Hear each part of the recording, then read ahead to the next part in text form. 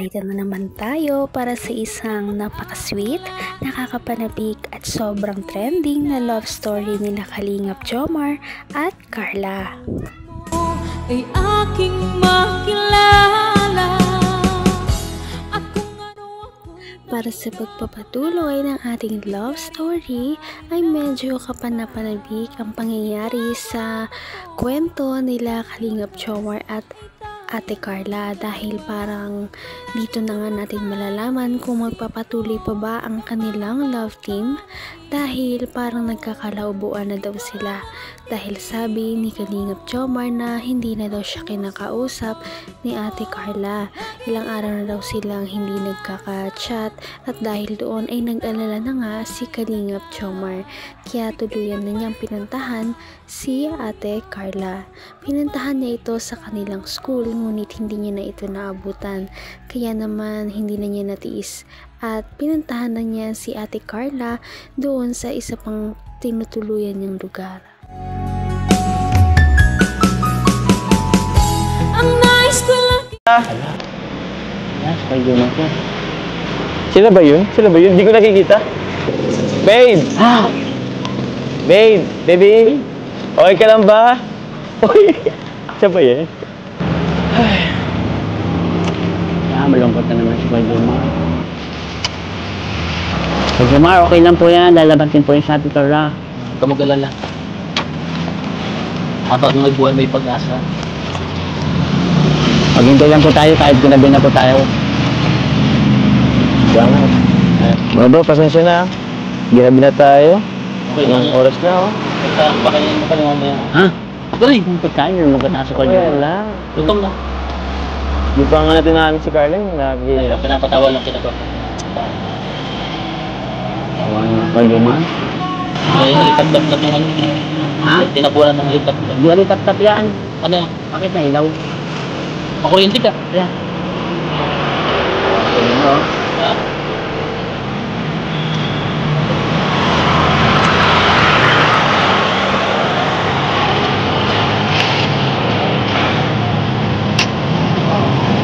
Kumusta ka aking mahal?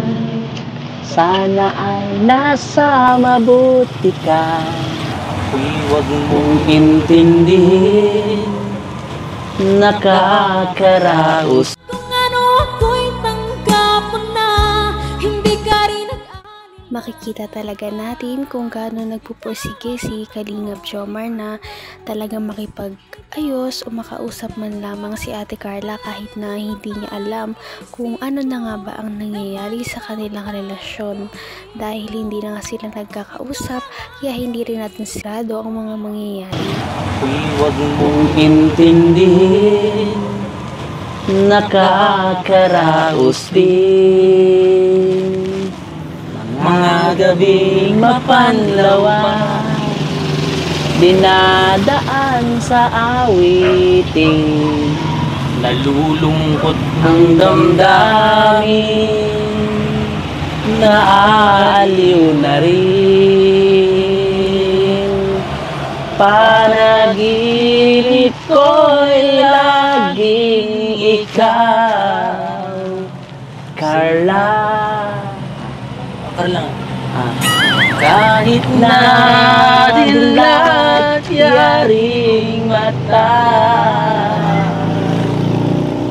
kahit na malayo kay para rin kapiling ka, Carla. Lang. Kumusta ka? Ay, pasin ko na kaya to. Ay, wag. Baka Bakit? Kung may magalit, baka ano? Ano naman to? Di yan. Hindi po. Di. Na. Ayan na po. Hala. Bakit? Pupunta natin, di ba? Hala, di pa nagbubukas yun. Naman ang bawat panaginip ko, ikaw lang ang tinig. Grabe rin ang determinasyon ni Kalingap Jomar dahil kahit na hindi siya sigurado na lalabasin pa siya ni Ate Carla o di kaya kikitain, ay talagang sinugal niya ang pagkakataon na pumunta doon kahit na walang kasiguraduhan na kakausapin siya ng dalaga. Alay! Uy! Yung ano, sige. Ha? Ayan na po. Oo, maano to ano eh. Ala. Kami na. Baka magkaroon. Hindi yan. Punta natin yan. Hindi lang. Ikaw kasi. Ay. Shoot mo lang. Alay. Tao po! Carla! Oo, Rosan. Basta? Andiyan pa si Carla? Asya? Pwede ba po kasi? Tawagin ko lang kasi. Ah? Sige, hindi kasi nag-chat eh. Walang reply. Ano po, di ba? Kung hindi tayo pumasok, hindi na si Carla dito. Dito daw pala eh. Dito sa taas. Nagbukas yung pinsan si Rosan. Oo. Ano yun? Pagkasan. Hindi ka ng tingin eh. Buong yung TV. O, tira yung ano mo. Baka Maubos ng ilaw. Oo. Ayusin mo. Ayusin mo pa ba? Hawakan mo na ito. Ako din, gutom na ako. Baka hindi rin gusto. Wala ko dyan. Ha? Uy! Huwag mo nang langmang. Walang lakas mo. Ba't yan? Tigil sa Ibalik mo yan. Hindi yan sa'yo. Tatlo. Para yun sa mga ano natin, kilala, ano, marusaan. Dito ba yan? Pang ano nila yan, minsan pambaon nila yan. Pangkain nila. Ay, una, para namang hindi kita nililibre na. Hanggang wakas ay tayo ng dalawa. Palagi kang naman ang isip ko. Mabuti naman at pinapasok na si Kalingap Jomar at nagkaroon na tayo ng kaunting pag-asa na magkakausap na silang dalawa. Ngunit sana nga talaga ay mag-ayos na sila para naman maging masaya na ulit ang kanilang love team.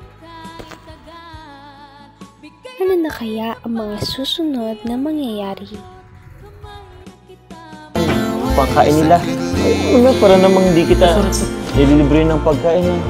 Kuya Jomar, puro naman pala dito ha.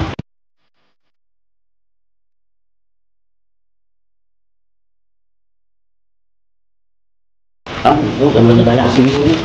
Ayos na ko. Kain muna kami sa labas. Sige. Libre mo na kami.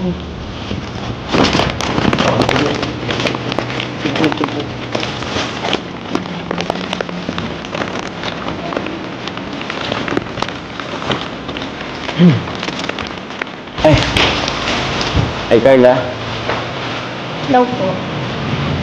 Kumusta? Bakit? Ito ka naman ah. Daw yan. Meron pala akong ano kayo, bigay sa'yo. Bulaklak. Ito, surprise ko sa'yo. Tapos yung isa. Kumusta ka? Okay lang po. Okay ka lang. Hindi kasi kita makontak kanina. Hindi ka man nagre-reply sa akin. Ano, okay ka lang ba? Talaga? Pasensya na po, madami po kasi akong ginagawa ngayon. Siya. Ano kasi Carla, galing kami kanina sa inyo, kila mama mo. At may nabanggit kasi sa akin na medyo Kahit na medyo nagtatampo si Kalingap Jomar kung bakit hindi siya kinakausap ni Ate Carla, ay syempre nakita pa rin natin na masaya siya na nakita na niya ang dalaga. Kaya sana ay maayos na nila kung ano ba talaga ang nangyayari at magkalinawan na nga sila para naman magkaroon ng pagkapatuloy ang kanilang love team. Magkakaayos pa kaya sila o dito na magtatapos ang kanilang istorya?